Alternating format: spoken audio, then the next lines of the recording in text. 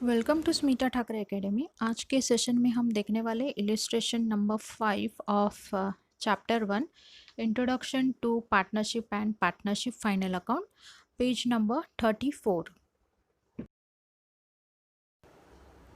Adjustment entries, first one closing stock, quite simple है। Second one is very important, उसको mark कर लीजिए। Ram is allowed a salary of ₹6,000 and Krishna is allowed commission at 3% on net sale. Third one, interest on partners capital is provided at a rate of 5% per annum.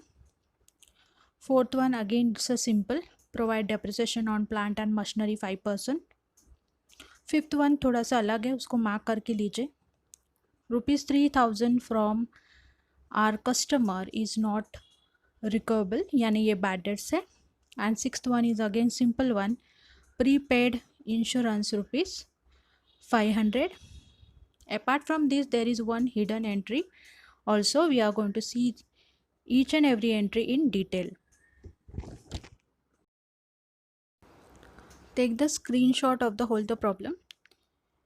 The items are TR means trading account, L means liability, A means asset, P and L means profit and loss account, debit side. इस case में एक hidden entry भी है, that is 12% government bonds purchased on 1/1/2019. Please take the screenshot. First entry is of closing stock, quite simple one. First effect trading account credit side outer column by closing stock, and second entry will be in balance sheet asset side clothing stock outer column.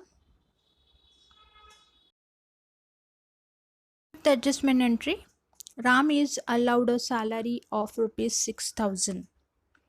Now let's see the effect of it.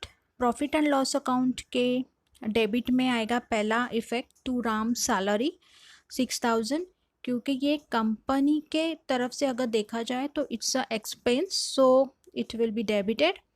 And the second effect will go to current account credit side by profit and loss account. Bracket में लिखना है Ram salary, Ram के column में लिखना है 6,000. Next adjustment, Krishna is allowed a commission at 3% on net sale. In this case sales return is not given, तो जो भी सेल्स है उसको हम कंसिडर करेंगे as a net sale. Net sales मतलब सेल्स में से जब हम सेल्स रिटर्न माइनस करते हैं जो अमाउंट आती है उसको नेट सेल्स बोलते हैं. So in this case 2,08,000 will be your net sale. इसके ऊपर हम 3% निकालेंगे, so the amount will be 6,240. इसका जो इफेक्ट है वो पहला इफेक्ट जाएगा प्रॉफिट एंड लॉस अकाउंट के डेबिट में to commission to Krishna outer column में 6,240. Now the second effect will go to current account credit side by profit and loss account. Bracket में लिखना है कमीशन 6,240. कृष्णा को, राम को कुछ नहीं मिला इसलिए राम के कॉलम में आपको डैश लिखना है. वैसे ही राम के सैलरी का भी इफेक्ट इसमें मैंने सर्कल में दिखाया है.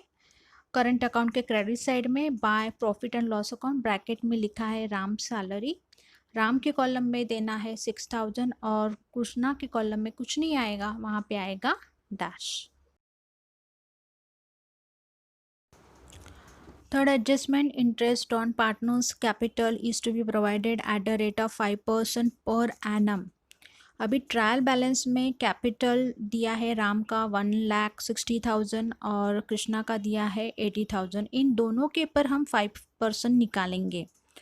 तो राम के केस में 1,60,000 के ऊपर 5% निकालेंगे तो वो आएगा 8,000. वैसे ही 80,000 के ऊपर जब हम 5% निकालेंगे तो आएगा 4,000. आप स्क्रीन के ऊपर देख सकते हैं, मैंने कैलकुलेट किया है. Now we will see the effect of it. इन दोनों का पहला इफेक्ट जाएगा प्रॉफिट एंड लॉस अकाउंट के डेबिट साइड में to interest on capital. Inner column में ही लिखना है राम का 8,000 और कृष्णा का 4,000 और दोनों को मिला के टोटल करके आउटर कॉलम में आएगा 12,000. एज यू नो कि एडजस्टमेंट के हमेशा दो इफेक्ट्स होते हैं, एक इफेक्ट तो हमने दिया है, अभी हम सेकेंड इफेक्ट करेंगे।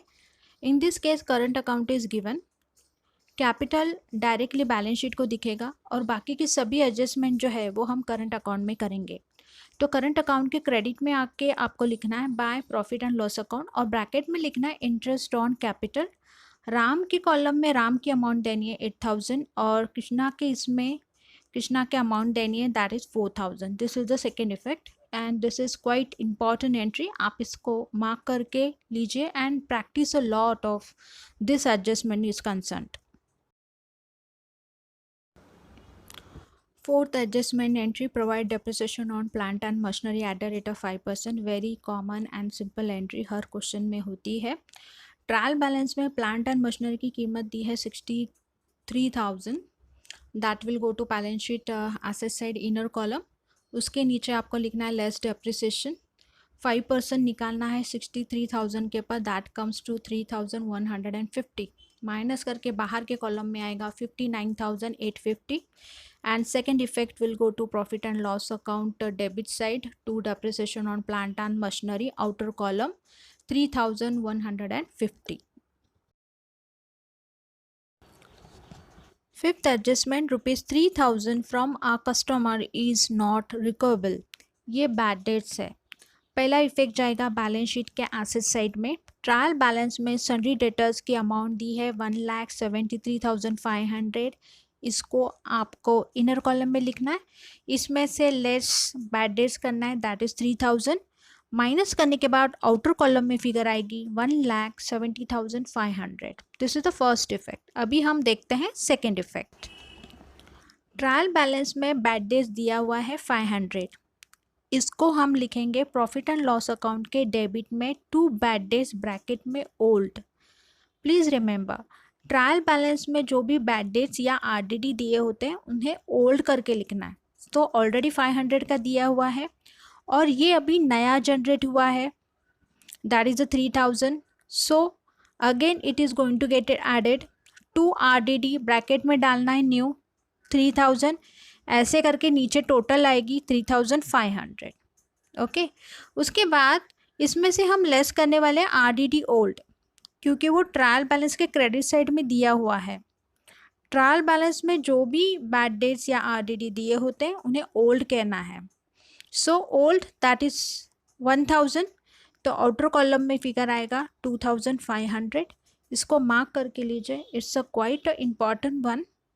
काफ़ी बच्चे मिस्टेक करते हैं as per as the profit and loss presentation is concern. In the के most probably bad days RDD में काफ़ी कंफ्यूज हो जाते हैं। Again I repeat, trial balance में जो भी बैड डेट्स या जो भी आरडीडी होते हैं उन्हें ओल्ड लिखना है और जो आप एडजस्टमेंट में जनरेट करते हो उसको हम लोग न्यू बैड डेट्स और न्यू आरडीडी लिखते हैं। Sixth adjustment entry, prepaid insurance rupees 500. See the effect of it. First one, it will go to profit and loss account debit side insurance, जो ट्रायल बैलेंस में दिया है 2,500 और इसमें से प्रीपेड लेस होगा 500, so the outer column figure will be 2,000। Second effect जो है प्रीपेड का वो जाएगा balance sheet asset side, prepaid insurance outer column 500।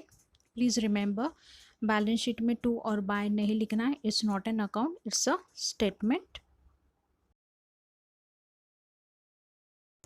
Now we are going to solve the hidden adjustment entry, 12% government bond purchased on 1/1/2019, 1 जनवरी को हमने ख़रीदा है that is 15,000, वो डेबिट कॉलम में दिख रहा है। It means this figure will go to asset side balance sheet, inner column में आपको लिख के रखना है। Now we will have the working note on it. अभी ये जनवरी को हमने लिया है, हमारा ईयर एंड है March, so we are going to calculate January February March, 3 months के लिए हम इंटरेस्ट कैलकुलेट करेंगे 15,000 के पर। कैसे करेंगे देखिए, नीचे दिया है उन्होंने 15,000, ये हमारी प्रिंसिपल अमाउंट है, उसके ऊपर हम पहले 12% पूरे साल का निकाल के लेंगे इंटू 12 डिवाइडेड बाय 100। जब करेंगे तो हमको मिलेगा 1,800 अमाउंट मिलेगी और फिर उसके ऊपर हम 3 मंथ्स के लिए निकालेंगे into 3 divided by 12, so your amount will be 450। तो ये 450 जो है ये हो गई आपकी इंटरेस्ट की amount. Now we will see the effect how it will get reflected in your answer. First come to your balance sheet asset side. 12% government bonds 15,000 आप इनर कॉलम में लिखोगे. इसके ऊपर का इंटरेस्ट आना बाकी है, यानी ये ऐड होगा. इंटरेस्ट रिसीवेबल 450 ऐड करके आउटर कॉलम में आएगा 15,450. और उसका सेकेंड इफेक्ट जो है 450 का, that will go to profit and loss account credit side, क्योंकि ये आपका गेन है by interest on government bond outer column में 450. और वर्किंग नोट मैंने ट्रायंगुलर फॉर्म में ऊपर दी है, you can have the screenshot of it. और ऐसे ही वर्किंग नोट आपको आंसर में लिखनी है.